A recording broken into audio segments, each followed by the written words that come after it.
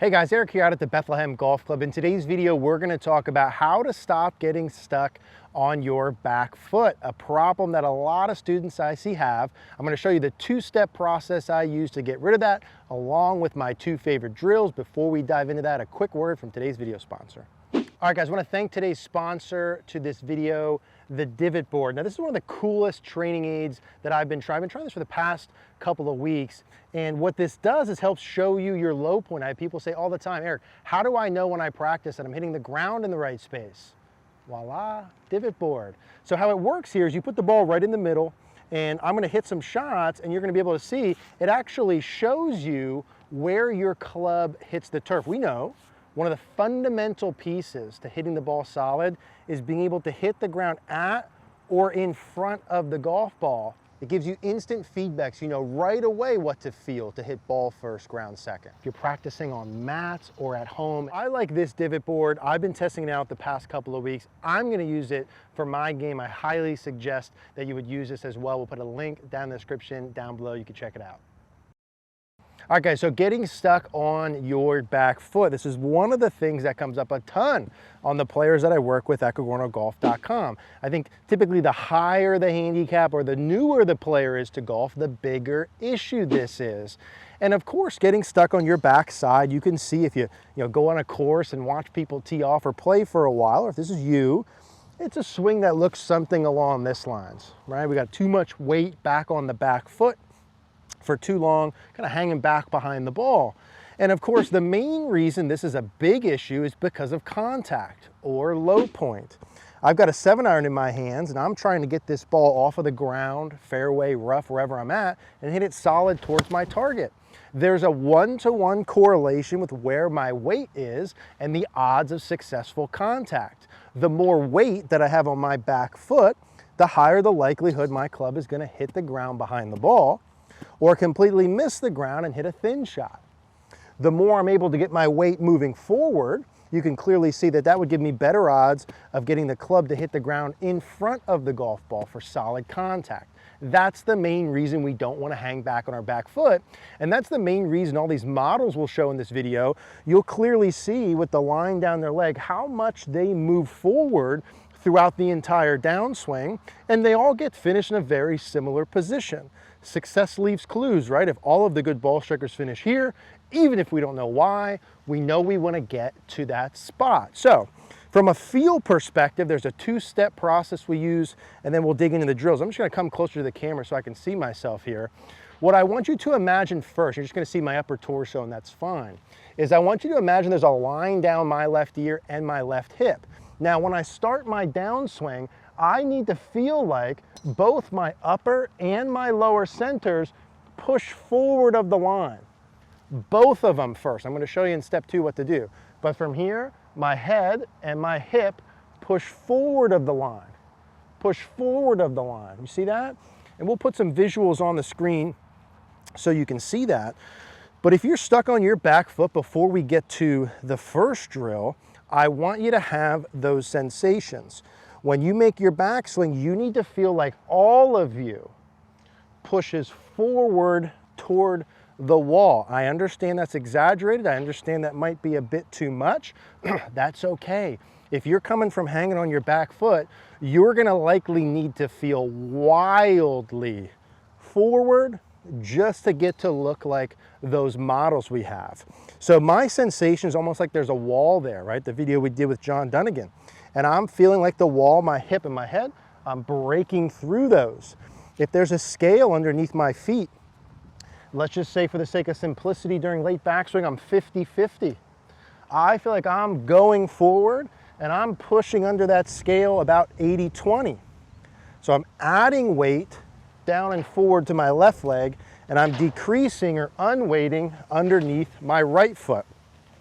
And that's really the first visual and feel that I want you to have if you normally hang back. So let's get the contact solid. My head and hip push forward of the wall to the point where I'm going to feel probably 80 to 90% left early. If you have a normal swing and you don't hang back, you probably don't need to feel that as much. If you have a swing where you hang back, and you know you have this problem, when you finish your swing, if you feel any kind of weight back on your back foot, this video is for you. You want to get to the point where that right foot is essentially just there for balance. My hips are up over my left leg. So again, I've got that wall over my left heel and my left side of my head, and I'm getting pushing down and forward early. And when I get done, I'm going to check my finish. I'd say, about how much weight do I have on my right foot? 5% or less? Are my hips fully up over my left leg? Absolutely, right? That gives me the contact I'm looking for. Now, what I'll do for someone who's working through this, right, especially if we're doing online lessons, I'll give them a drill to start for feedback. We said hanging back, you can see with the right foot on the ground too long, hips too far back. Notice the hang back, the center of my hips are still in the middle or the center of my feet. We don't see good iron strikers do that. We see the hips forward. Why are the hips forward? So I can hit the ground forward, right? Solid contact. So we'll notice in a good swing, the right foot comes up. And one of the easiest things to start with if you hang back is the club under your heel drill. We're calling it, it's pretty literal. So when I take my setup, I'm gonna put a sand wedge right underneath my right heel. So when I set up, the club sticks in the ground. Now, when I make a backswing, I want that to stay under.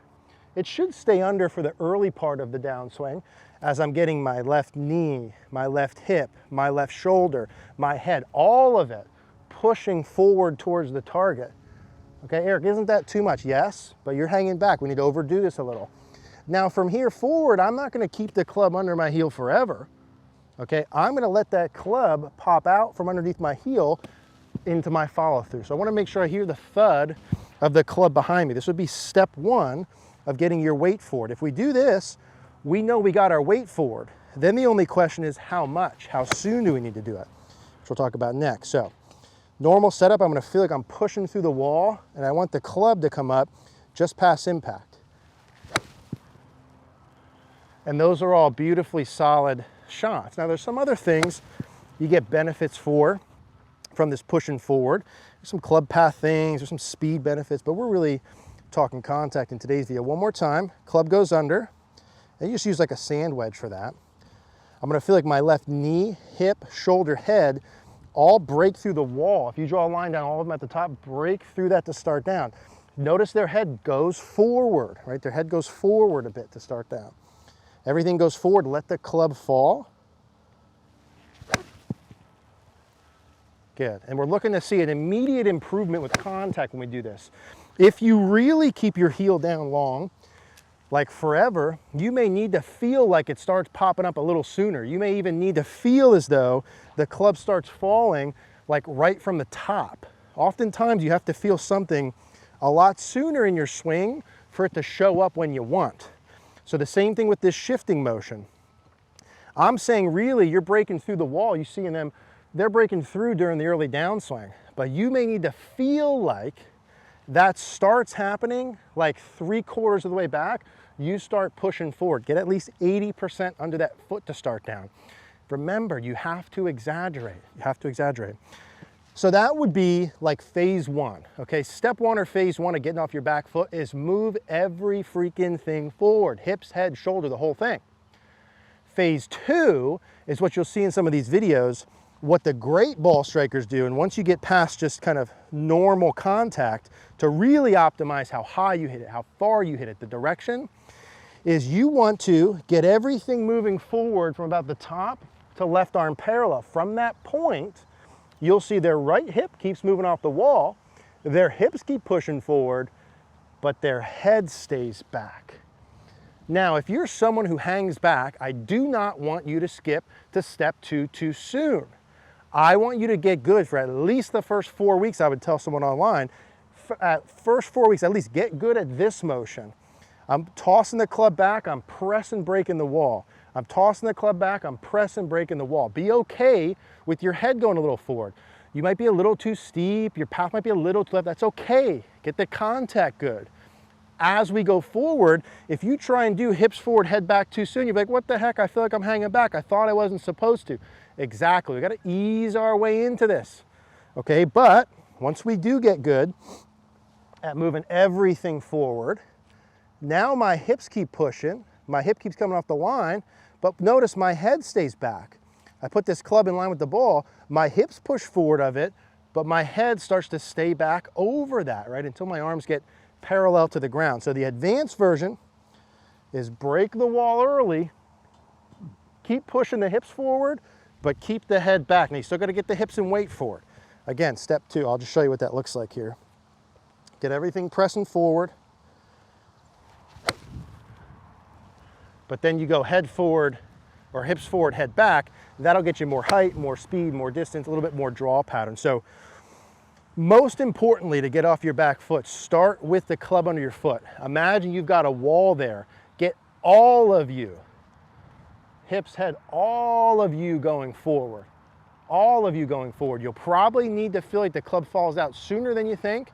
You'll probably need to start moving forward sooner than you think. This is more so for the irons than the driver, because it's an iron video.